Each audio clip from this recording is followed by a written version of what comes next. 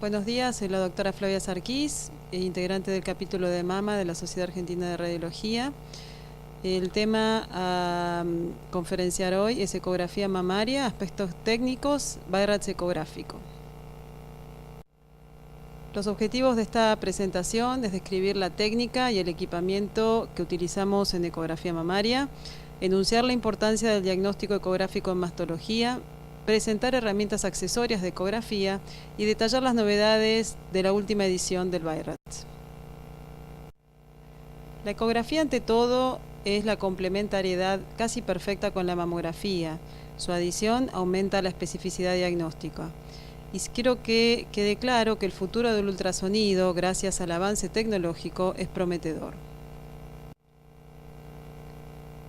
Para lograr buenos resultados, el ecografista debe normatizar su revisión, tener un conocimiento profundo de la mama normal y sus variantes, aprender cómo escribir un informe y aprender las implicancias diagnósticas y terapéuticas de los resultados de la ecografía. En cuanto al diagnóstico ecográfico en mastología, subrayamos que la ecografía aumenta la especificidad de la mamografía. No constituye un método de screening ni reemplaza a la mamografía, sino que la complementa. Y este es un concepto claro que debe quedar en todas las revisiones del examen.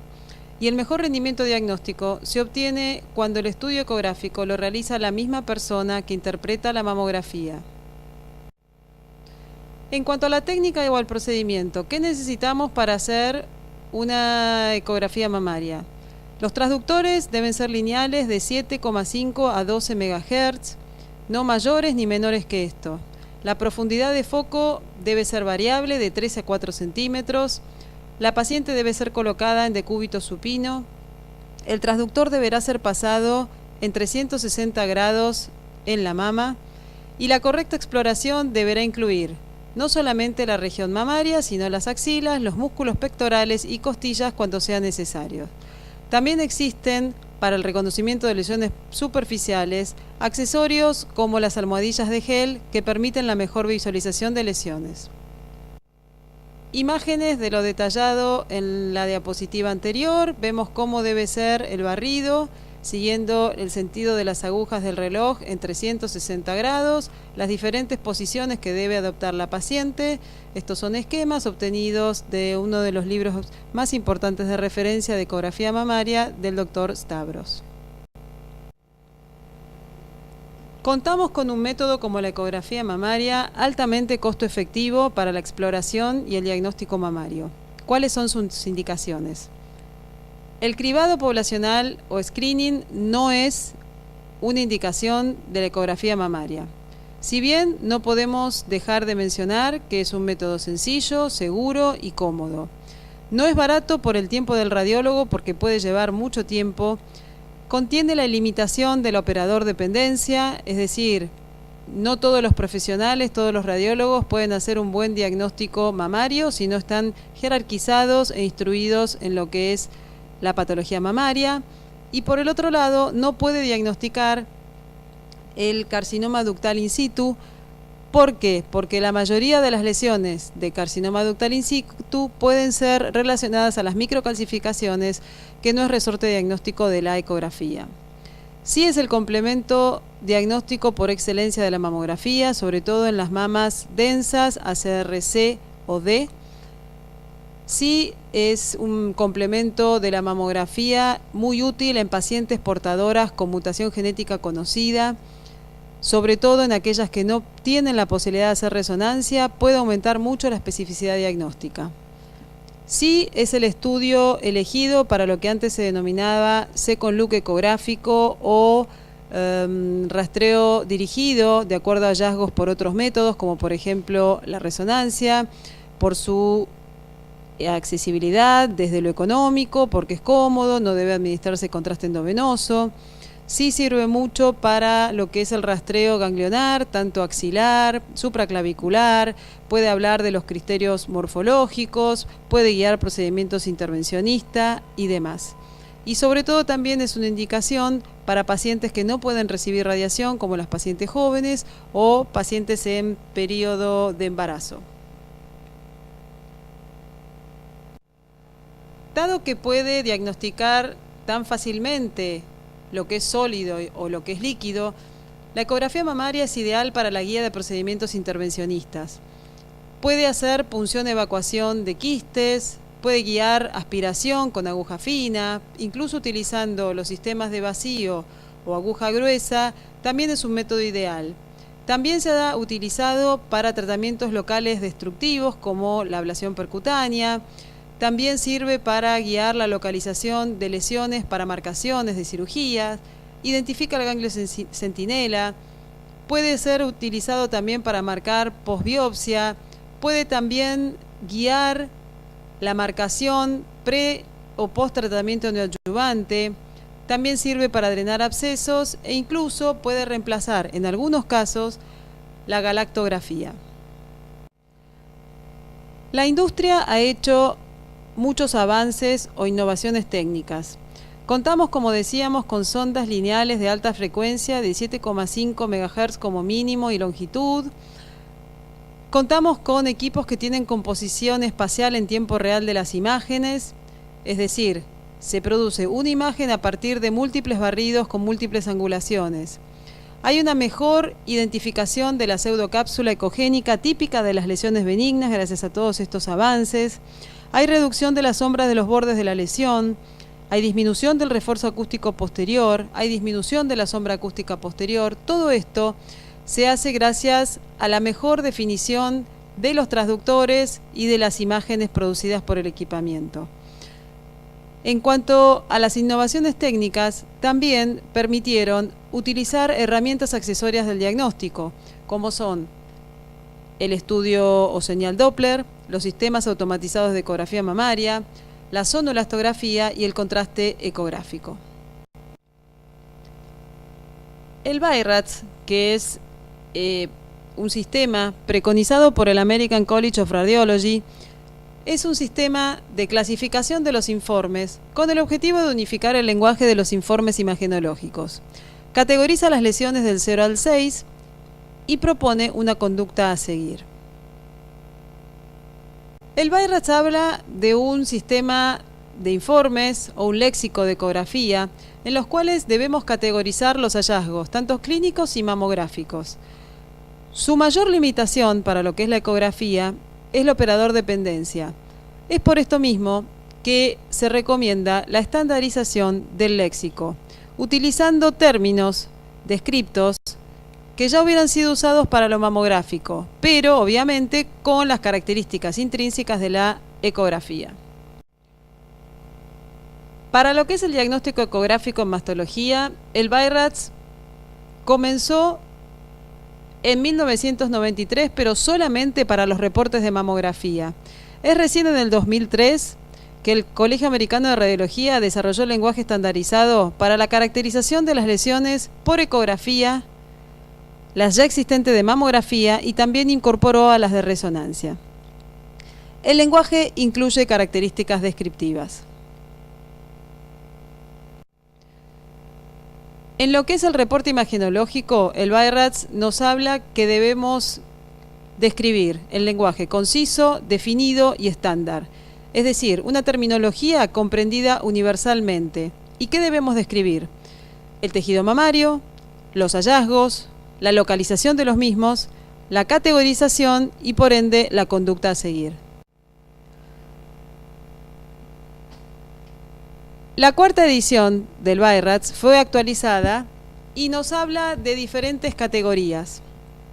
Hay una nueva categoría BI-RADS 6 que habla del diagnóstico histológico. Hubo una subdivisión de la categoría BI-RADS 4 en A, B y C, con el consiguiente aumento de sospecha, y las consideraciones para el reporte ecográfico y de resonancia magnética. Es decir, en el año 2003 fue incorporado el reporte ecográfico y de resonancia a lo ya establecido para mamografía. En el año 2013 tuvimos la segunda edición del reporte ecográfico en el BI-RADS. ¿Y qué incorporaron? Hubo novedades y hubo correcciones. Esta ya es la quinta edición. ¿Y cuáles fueron estas novedades y correcciones? Fueron tanto para mamografía, para ultrasonido, e incorporaron dos secciones inexistentes hasta el momento, que fueron auditoría y seguimiento.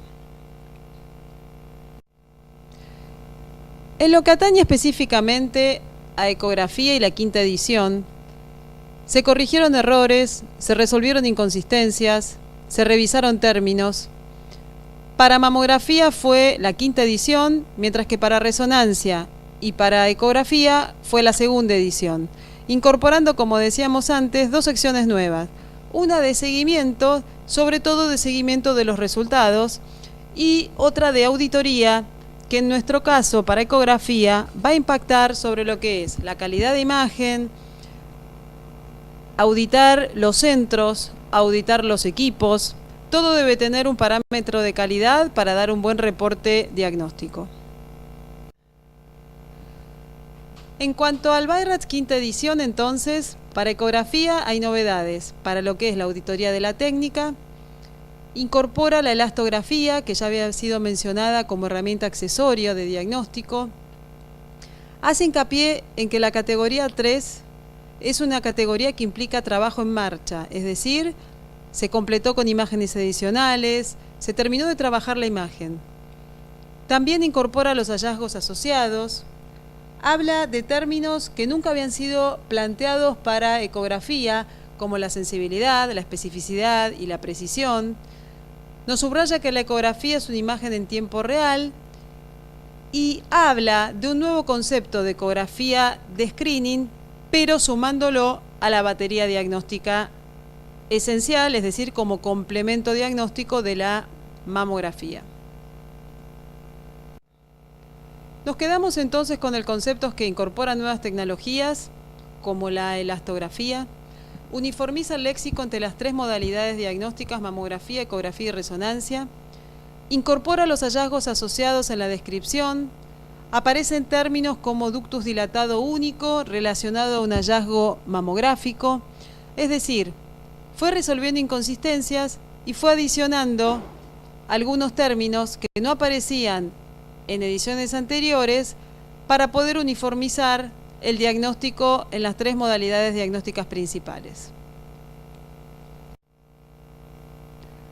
Hubo un estudio multicéntrico, el ACRIN 6666, que se realizó en diferentes centros y en diferentes países, en los cuales se demostró que el adicionar ecografía mamaria al screening mamográfico aumentaba la sensibilidad de un 31 a un 43%, es decir, una técnica que aumenta la sensibilidad diagnóstica con menor costo, mayor aceptación y sin contraste endovenoso con respecto a la resonancia. Pero cuidado, en medicina todo tiene sus beneficios y todo tiene sus contras. ¿Este beneficio adicional supera los daños? En cuanto a los daños citados anteriormente, uno de los daños que puede provocar la ecografía es la detección o de biopsias innecesarias, ¿sí? Que tal vez si no se le hubiera adicionado la ecografía, no hubiera llegado a una biopsia. La realidad es que al día de hoy, con las mejoras diagnósticas, los procedimientos tienden a aumentar la especificidad y no aumentar demasiado los falsos positivos. Las recomendaciones citadas por la CR recomiendan usar la categorización final para los estudios ecográficos de manera individual o combinada con otros reportes, pero lo ideal es que la categorización, como bien dice la FDA, debería ser conjunta mamográfica ecográfica, es decir, es de buena praxis hacer un análisis y un informe conjunto entre la mamografía y la ecografía, dado que la paciente es siempre la misma. Otra novedad para el BI-RADS quinta edición fue que las recomendaciones pueden estar separadas de la categorización, es decir, la categorización debe ser por el hallazgo imagenológico evidente. Puedo tener una mama densa con palpación negativa, que es un BI-RADS 1. Ahora, en el mismo escenario, con palpación positiva, debo colocar el mismo BI-RADS 1, pero recomendando ultrasonido, porque a pesar de que no tengo imagen, sí tengo clínica. Entonces es un BI-RADS 1 porque no hay imagen evidente, pero debo recomendar ecografía por el hallazgo clínico. ¿Qué parámetros debe evaluar el especialista durante el examen ultrasónico? Debe valorar el patrón ecográfico, debe valorar las masas, las calcificaciones, los casos especiales y la vascularización. ¿Qué se entiende por patrón ecográfico? El patrón ecográfico es describir la composición de la mama. Debemos decir cuando una mama es homogénea adiposa, cuando es homogénea fibroglandular, es decir, hay tanto fibras glandulares como tejido adiposo, y cuando la mama ya es más heterogénea, es decir, a predominio glandular. En cuanto a las masas por definición son una lesión ocupante de espacio en dos proyecciones. ¿Cómo pueden ser? Redondas, ovales o irregulares. En la última edición, el término lobulado se sacó, se lo incorporó a lo que es la masa descrita como oval, y la lobulación solamente se describe en el caso de microlobulaciones y ya cambia la categorización.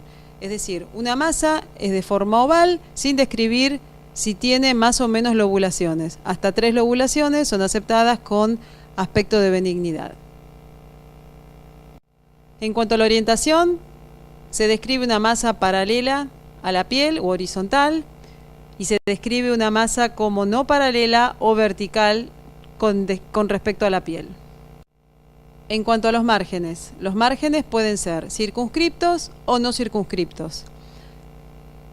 En cuanto a los no circunscriptos, se cambiaron algunas inconsistencias y se los describe como angulosos, microlobulados, indistintos o espiculados.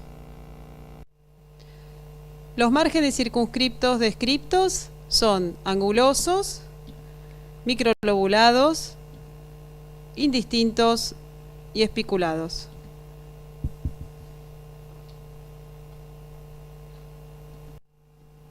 En cuanto al patrón ecográfico interno, podemos describir el patrón anecoico, hipoecoico, isoecoico con el tejido aledaño, complejo cuando coexisten dos ecoestructuras internas, e hiperecoico con respecto al tejido que lo rodea. En cuanto a los signos acústicos posteriores, una masa puede no tener signos acústicos posteriores, puede presentar refuerzo, en esta imagen típica de quiste, puede presentar sombra acústica o puede presentar un patrón combinado con dos ecoestructuras internas, tanto sólida como líquida, dentro de una misma masa. La interfase con el tejido adyacente, según la última edición del BI-RADS, es opcional para describir. Es de buena praxis hacerlo. Contamos con una interfase abrupta, como en la imagen de la izquierda, cuando la masa se diferencia del tejido adyacente, o una interfase con halo ecogénico que rodea la masa, en la cual vemos que este halo ecogénico bordea y le da un contorno a esa masa que es indiferenciado con respecto al tejido adyacente.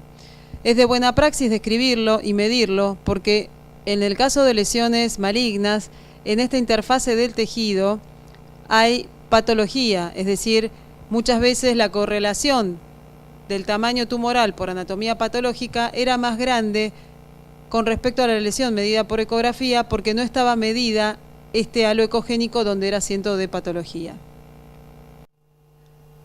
En cuanto a las características del tejido circundante, se describen alteración de los conductos, como en este caso que se ven dilatados. Se describen los ligamentos de Cooper, que hay que conocerlos, diferenciarlos y no aducirlos que pueden ser secundarios a patología. Como bien sabemos, los ligamentos de Cooper son la invaginación de la fascia que hace de sostén. Pueden presentarse como áreas de atenuación que si rotamos el transductor desaparecen. Es un hallazgo anatómico normal. Debemos describir el edema cutáneo, como en esta imagen en la cual se ve engrosada la piel y se ve la infectasia de los linfáticos superficiales. En este otro caso donde se ve la distorsión de la arquitectura. Y también podemos presentar a expensas de una masa maligna, como en este caso, retracción cutánea. Las calcificaciones, como sabemos, son resorte diagnóstico de la mamografía. Se caracterizan mal por ecografía, a excepción de las macrocalcificaciones, es decir, aquellas que tienen un tamaño de más de 5 milímetros. Pero cuando están, hay que describirlas. Y se pueden localizar dentro o fuera de un nódulo. En el caso de la imagen de la izquierda, adentro de la masa, y en el caso de la derecha, es útil ver la correlación mamográfico-ecográfico porque si viéramos solamente la imagen ecográfica, podríamos ver un área de atenuación que despertaría sospecha. Conociendo y haciendo la correlación con la radiología, vemos que por mamografía se ve una macrocalcificación, que es lo que reproduce la imagen ecográfica. En cuanto a los casos especiales, la última edición del BI-RADS habla de entidades como los microquistes agrupados, el quiste complicado en el cual se ve adentro de la masa ecos homogéneos, el quiste complejo, que es donde coexisten dos ecoestructuras internas, sólido y líquido, el nódulo en o sobre la piel, como la imagen que se ve en el medio de la diapositiva, el ganglio intramamario, que es una estructura normal, los cuerpos extraños, como los siliconomas, que hacen el típico signo de tormenta de nieve. El quiste fue incorporado como un caso especial y las malformaciones vasculares también fueron agrupadas dentro de lo que es el apartado de casos especiales. Si tenemos que hablar de categorizaciones y BI-RADS, sabemos que la categoría 0 es la incompleta, es decir, que la lesión requiere estudios adicionales. Por eso es la diferencia de la recomendación a la categorización. Nosotros podemos tener una categorización por la imagen o ante la negativa de imagen debemos poner la categorización 1 o 2, pero sugiriendo o por el hallazgo clínico o por alguna otra herramienta un estudio adicional. Se define como categoría 0 cuando hay una imagen que requiere estudio adicional. La categoría 1 y la categoría 2, la 1 negativa, la 2 habla de hallazgos benignos, que pueden ser quistes, ganglios intramamarios, prótesis, cicatrices, masas estables en el tiempo, lipomas, amartomas. La categoría 3 habla de los hallazgos probablemente benignos con seguimiento semestral, como nódulos sólidos, conglomerado de microquistes, quistes complicados, etc. La categoría 4 ya habla de sospecha y debe considerarse la biopsia. Fue subdividida en A, B, C, no es obligatorio la división. Sí podemos decir que la baja sospecha de malignidad es en la primera subcategorización, que va del 2 al 10%.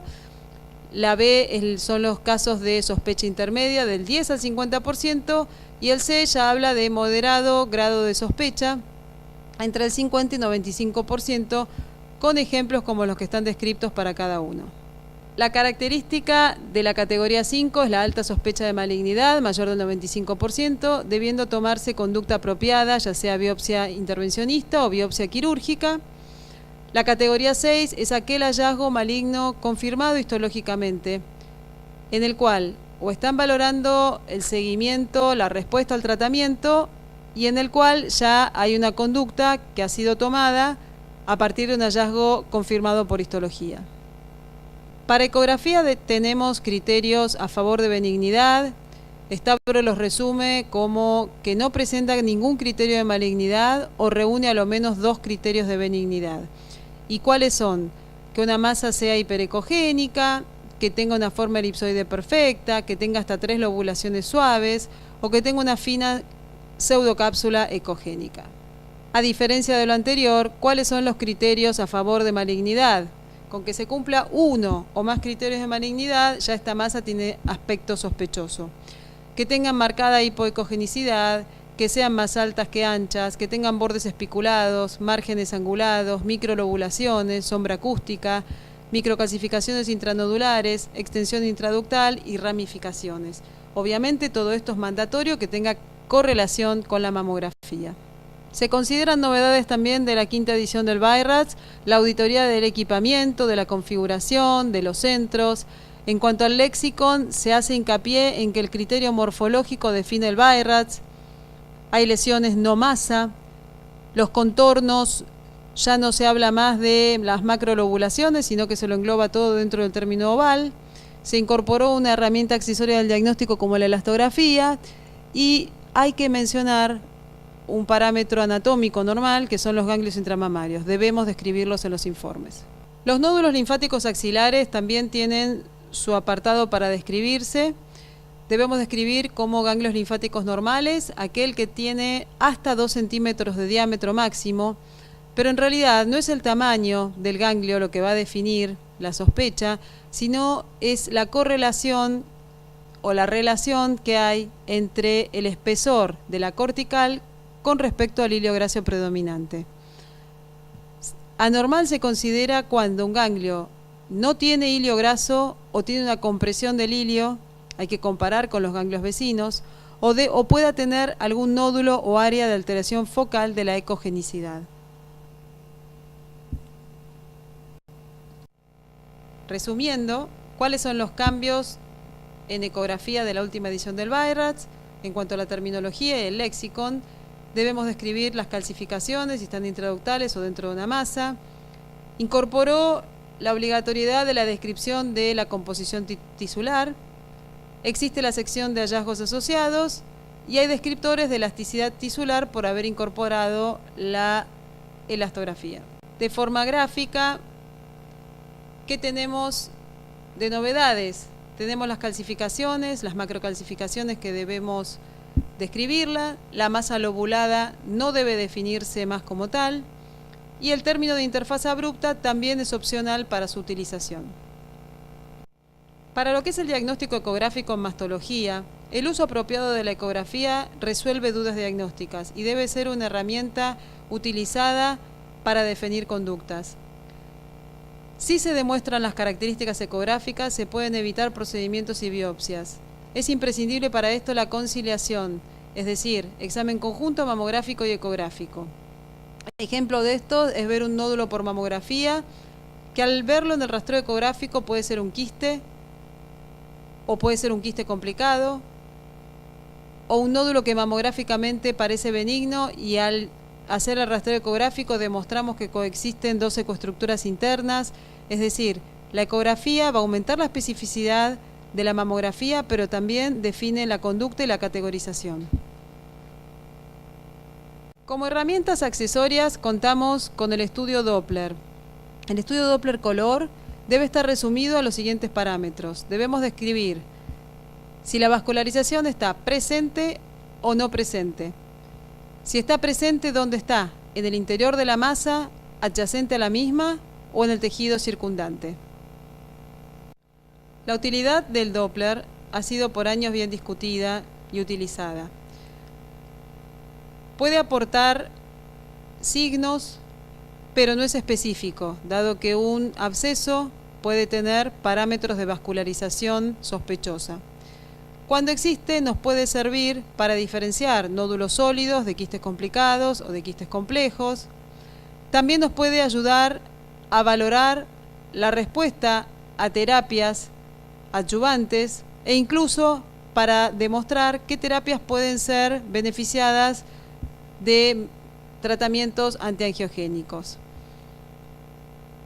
En el caso de la imagen del abajo y a la derecha, podemos ver que es una masa que en el interior tenía un área ecogénica sólida en el cual se demostró vascularización positiva.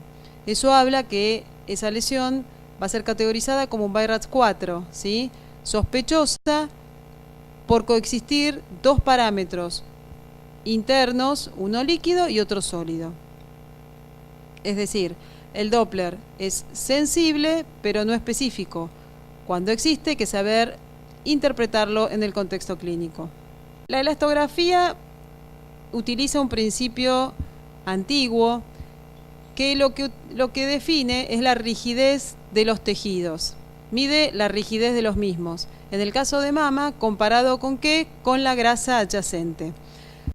Hay diferentes técnicas, técnicas automáticas y técnicas manuales. La técnica manual da una información cualitativa, mientras que la técnica automática una información cuantitativa. Los sistemas de scoring van a comparar la presencia, la distribución y la extensión de áreas de elasticidad anormal.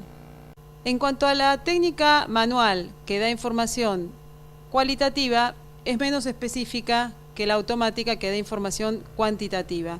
Y estas serían las comparaciones. La por compresión utiliza el principio de la compresión que realiza el operador de la masa y el desplazamiento que excursiona al descomprimirlo. La elastografía de transición automática esto no lo realiza. Sí utiliza pulsos acústicos. Es reproducible la automática, mientras que la por compresión es muy difícil de volver a reproducir la misma fuerza ejercida por el operador. Los tipos de ondas que utilizan es la manual, lo que se denominan strain waves o por compresión, mientras que la elastografía de transición utiliza las shear waves o de cizallamiento. La elastografía por compresión no utiliza unidad, habla de scores o de ratios, mientras que la elastografía de transición utiliza los kilopascales. La primera con un método cualitativo o semi-cuantitativo y la otra Estos son ejemplos. Las imágenes de la izquierda es la típica imagen de un quiste tricapa, mientras que lo de la derecha es un score de bueno 4 con una lesión hipoecoica de contornos parcialmente circunscriptos, con áreas de mala transmisión acústica, y el comportamiento de la lesión fue no elástico, correlacionado con los hallazgos de la anatomía patológica que dio un carcinoma ductal invasor. Aplicaciones clínicas de la técnica. El mejor método, o para lo que mejor se utiliza el método, es para las lesiones que no están bien definidas entre los scores elastográficos 3 y 4. Es las lesiones que quedan dudas. De hecho, el BI-RAD, si bien incorporó la elastografía, detalla que el criterio morfológico es lo que va a definir la categorización. Pero en aquellos casos en los cuales se duda si colocar un 3 o un 4, podemos utilizar la herramienta accesoria de medir la elasticidad tisular. De esta forma evitaríamos el diagnóstico tardío de malignidad, mejoría las tasas de resultados de falsos positivos de la ecografía modo B, mejorando su rendimiento diagnóstico, teniendo en cuenta cuáles son los errores diagnósticos de la elastografía, las lesiones con calcio, los carcinomas con necrosis o los que puedan tener una baja compresión. Otras limitaciones de la elastografía es el tamaño de la lesión. Cuanto más grande, menos específico es la medición de la dureza, la profundidad de la lesión, que va un poco de la mano de la localización de la lesión, y la densidad glandular, porque si recordamos el principio básico de este método es que la dureza de la lesión debe medirse con la cantidad de tejido adiposo o con la dureza del tejido adiposo. Si yo tengo ausencia de tejido adiposo con una mama de alta densidad glandular, no voy a tener con qué comparar. Otra herramienta accesoria, que en realidad más que una herramienta accesoria es un avance tecnológico, es la ecografía automática, en algunos equipos denominada como ABUS. Fue aprobada por la FDA en septiembre del año 2012 y trae de la mano una solución a aquellos países que no tienen o no cuentan con radiólogos entrenados en ecografía. El aporte principal es entonces traer una solución para aquellos centros que no tengan ecografía mamaria realizada por personal médico.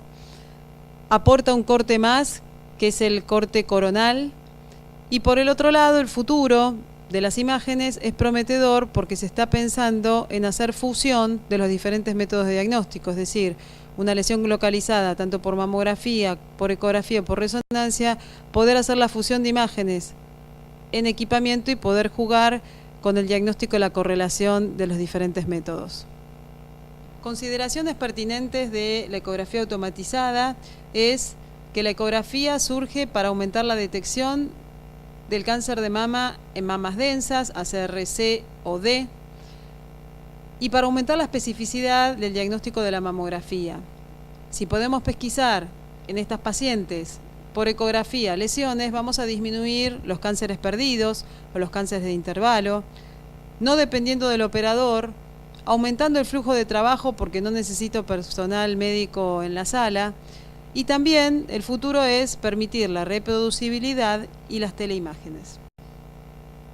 Las desventajas o limitaciones es que hasta el día de hoy no incluye prolongaciones axilares, no permite la señal Doppler, no permite o no tienen los equipos aún de elastografía, el almacenamiento es recitado, y esto de aumentar las recitaciones sería porque si hay alguna lesión sospechosa, la mayoría de las veces se cita a la paciente para poder volver a hacer el scan ecográfico operador dependiente. Y obviamente otra de las desventajas son los costos del equipamiento. La comparación de lo que es la handheld ultrasound versus la automatizada, es decir, la ecografía manual, operador dependiente, versus la automatizada, es, hasta el día de hoy, la ecografía bidimensional es el gold standard, la desventaja es la operador dependencia, el tiempo de examen y la pobre reproducibilidad, versus la automatizada, que no depende del operador, aumenta el flujo de trabajo y permite reproducir las imágenes e incluso hacer consultas desde diferentes lugares. Estas son imágenes comparadas entre lo que es la ecografía bidimensional convencional versus los mismos casos por ecografía automatizada. Y como dijimos al principio de la presentación, no podemos cerrar ninguna clase sobre ecografía sin darle la importancia que merece al intervencionismo ecográfico, porque es la técnica más utilizada, más costo efectiva para el diagnóstico preoperatorio, citológico e histológico de las lesiones visibles por ecografía. Las ventajas de esta técnica intervencionista son el bajo costo, la mínima morbilidad, la no utilización de radiaciones ionizantes y también, al ser una imagen o un método en tiempo real, permite monitorizar la excursión de la aguja mientras hacemos el procedimiento. Por todo esto requiere menos tiempo y es mejor aceptado que cualquiera de las otras técnicas. Como conclusión de lo que es el diagnóstico ecográfico en ecografía, la quinta edición del BI-RADS contiene información nueva o ampliada sobre la anatomía, la calidad de las imágenes y la composición del tejido mamario. Debemos recordar que el uso apropiado de la ecografía debe resolver dudas de diagnóstico y que las nuevas herramientas de ultrasonografía aumentan la especificidad del método y permiten la mejor conciliación con las otras modalidades de evaluación mamaria. Les doy las muchas gracias por la atención y quedo a disposición para cualquier consulta en este tópico que vengo desarrollando hace muchos años, que es el diagnóstico ecográfico en mastología.